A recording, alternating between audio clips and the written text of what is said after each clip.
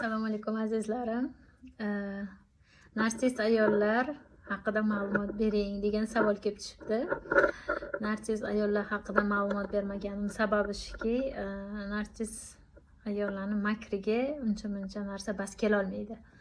Aslida chunki narsiz ayollar shunaqa ayollarki, ular ham xuddi narsiz erkaklar kabi bolalik og'riqlariga ega, ruhiy jihatdan juda ham buzilishlari katta bo'lgan. Ayniqsa hayoti davomida erkak kishiga nisbatan, bolaligida erkak kishiga nisbatan kuchli og'riq, nafrat, isyon, ichidagi to'la og'riqlarini chiqara olmasligi, yetkazib bera olmasligi, namoyon qila olmasligi hisobidan ham ularning xarakteristikasi shunaqa bo'ladiki, erkak kishiga nisbatan kuchli nafrati bo'ladi ichida. Bu butun dunyo erkaklariga nisbatan, asosan turmush o'rtog'iga nisbatan. Turmush o'rtog'i qanaqa bo'lsa ham, u insonni birorta mehnati, birorta shu oila uchun ko'rsatgan fidokorligi, qilayotgan ishlari, ta'minoti, hech narsasi ko'ziga ko'rinmaydi. Narsiz ayol shundayki, men haqman dedimi, bitta narsani to'g'ri deb hisobladimi, o'sha erkakni o'rniga o'zi o'tib olishga harakat qiladi ongsiz holatda. Ya'ni uni maydoniga hujum qiladi, egallaydi, boshqaradi, erkakni nazorat qiladi, bosim qiladi. Men ba'zan aytaman-da, ko'chada bo'lmish erkaklarni ko'rsam, juda xo'r yurgan erkaklarni ko'rsam, juda u darajada kuchsiz, zaif erkaklarni ko'rsam, aytamanki, bu qaysi bir ayolni mehnatini natijasi, qaysi birdirki ayolni munosabatini natijasi. Bu bo'lishi mumkin u onasi, bu bo'lishi mumkin u ayoli, balki bu bo'lishi mumkin uni qiz farzandi.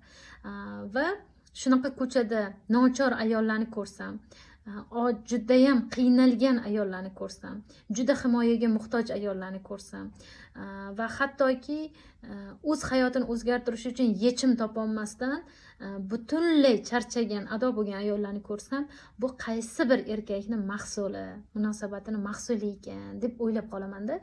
Va har doim unutmanglar, ayol kishi bu holatga tushishida sababchi bu albatta yo uni otasi bo'lishi mumkin, yo uni turmush o'rtog'i bo'lishi mumkin, yo uni aka-ukasi bo'lishi mumkin, yo uni bolaligida juda katta stress, travma bergan qaysidir qarindosh erkagi, qo'shni erkagi bo'lishi mumkin qizlarjonlar. Va biz har doim tashqi tomondan fikr bildiramiz, xulosa chiqaramiz, bu osonda. Lekin u insonni ichiga kirib ko'rsangizgina bilasizki, uni og'rig'i, muammosi, boshdan kechirganlarini.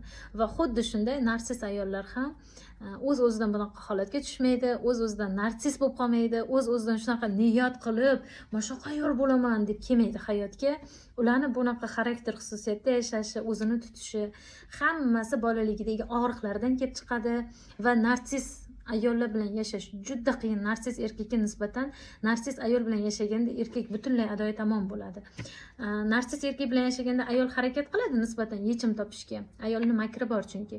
Lekin nafsi bor katta ayolning. Lekin erkak kishi juda ham ezilib yo'q bo'lib ketadi. Shuning uchun narsiz ayollarni o'zgartirish juda qiyin va bu holatlarni erkaklar ko'p holatlarda o'zgartirishga juda qiynalgani uchun narsiz ayollar haqida biz videoni ko'p taxlamaymiz va narsiz erkaklar bilan yashashda yechim doim bo'lganligi uchun biz to'liq ma'lumot va yechimlarni berganmiz. Va bugun sizning savollaringizga javob bermoqchiman. To'lig'icha narsiz ayollar ko'p jamiyatimizda, butunlay erkakka yeb yutadigan, tamom qiladigan, adoy tamom qiladigan, faqat o'zini zo'rligini atrofga isbotlaydigan, hammaga ko'rsatib qo'yishni xohlaydigan, butun olam uni tan olishini istaydigan, uni puli orqali, mehnati orqali, tili orqali, ko'rinishi orqali, xarakteri orqali, o'zini tutishi orqali hamma tomonlama atrofga o'zini ko'rsatib qo'yishni xohlashadi. Va mana shu o'rinda ko'p holatlarda uni yonidagi turmush o'rtog'i va farzandlari ko'p holatlarda jabr chekib qolishadi. Bunday ayollarni o'zgarishi asosan o'zlarini xohishi bilangina bo'lishi mumkin.